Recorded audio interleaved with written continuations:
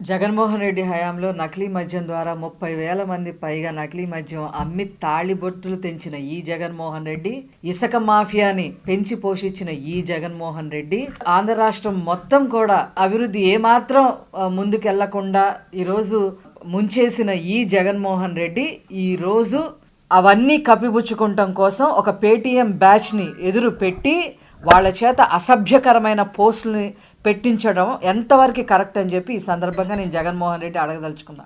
ఎంత దారుణమైనవి అంటే వ్యక్తిగత హననం. వాళ్ళ తల్లిని వదిలిపెట్టలా, చెల్లిని వదిలిపెట్టలా, మేడం భువనేశ్వరి గారిని వదిలిపెట్టలా, ఎవరిని కూడా వదిలిపెట్ట, చివరికి బడుగు బలహీన వర్గాల లాంటి మాలాంటి వాళ్ళని కూడా వదిలిపెట్టకుండా వాళ్ళ చేత అసభ్యకరమైన పోస్టులు పెట్టించటం అసలు జగన్మోహన్ రెడ్డికే చెల్లుబాటైంది.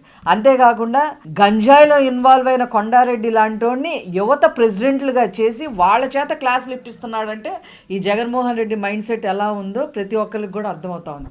కానీ ఏదైతే ప్రజలు జగన్మోహన్ రెడ్డిని కూకటి వేళ్లతో తీసి మొన్న ఎలక్షన్లో పక్కన పడేశారో అదేవిధంగా మీ పేటీఎం బ్యాచ్ను కూడా ఈ ప్రభుత్వం ఊరుకోదు. కూకటి వేళ్లతో సహా తీసి పెకిలించి వాళ్ళకి సరైన ట్రీట్మెంట్లు ఇవ్వటమే కాకుండా వాళ్ళు మళ్ళీ ఇలాంటి పనులు చేయకుండా ఉండే విధంగా చర్యలు తీసుకోవడం తథ్యం అని చెప్పి ఈ సందర్భంగా తెలియజేస్తాను. ఇప్పుడు కూడా సోషల్ మీడియాలో అసభ్యంగా పెట్టారు. నేను ఒక అతన్ని కూడా అరెస్ట్ చేశారు. పోలీసుల పైన దాడి చేయబోతే వాళ్ళ తమ్ముడిని కూడా అరెస్ట్ చేశారు. అంటే ఎక్కడా కూడా వాళ్ళకి అదుపు లేని విధంగా జగన్మోహన్ రెడ్డి తయారు చేశాడు.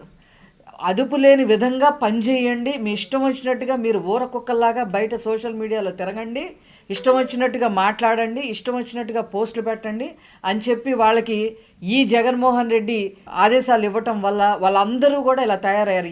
ఏ స్థాయికి తయారయ్యారంటే ఎవరినైతే మేము అరెస్ట్ చేశామో వాళ్ళ తమ్ముడు మళ్ళీ పోలీసుల మీద ఎదురు తిరిగే పరిస్థితి. అంత పర్వర్టెడ్గా తయారు చేసిన ఈ జగన్మోహన్ రెడ్డి ఖచ్చితంగా తగిన మూల్యం చెల్లించుకుంటారు. నేను ఒకటే చెప్తున్నా, సోషల్ మీడియాలో పనిచేసే వాళ్ళ పేరెంట్స్ ఆలోచించాలి. జగన్మోహన్ రెడ్డి తరఫున ఏ సోషల్ మీడియా అయితే పనిచేస్తుందో వాళ్ళ పేరెంట్స్ ఆలోచించాలి. ఉచ్చం నీచం లేకుండా మీ పిల్లలు ఈ జగన్మోహన్ రెడ్డి బారిన పడి నాశనం అయిపోతున్నారు అని చెప్పి వాళ్ళకి క్లాసులు పీకి వాళ్ళని ఖచ్చితంగా సరైన దారిలో పెట్టాల్సిన అవసరం కూడా వాళ్ళ తల్లిదండ్రికి ఉంది అని చెప్పి ఈ సందర్భంగా నేను తెలియజేస్తున్నాను.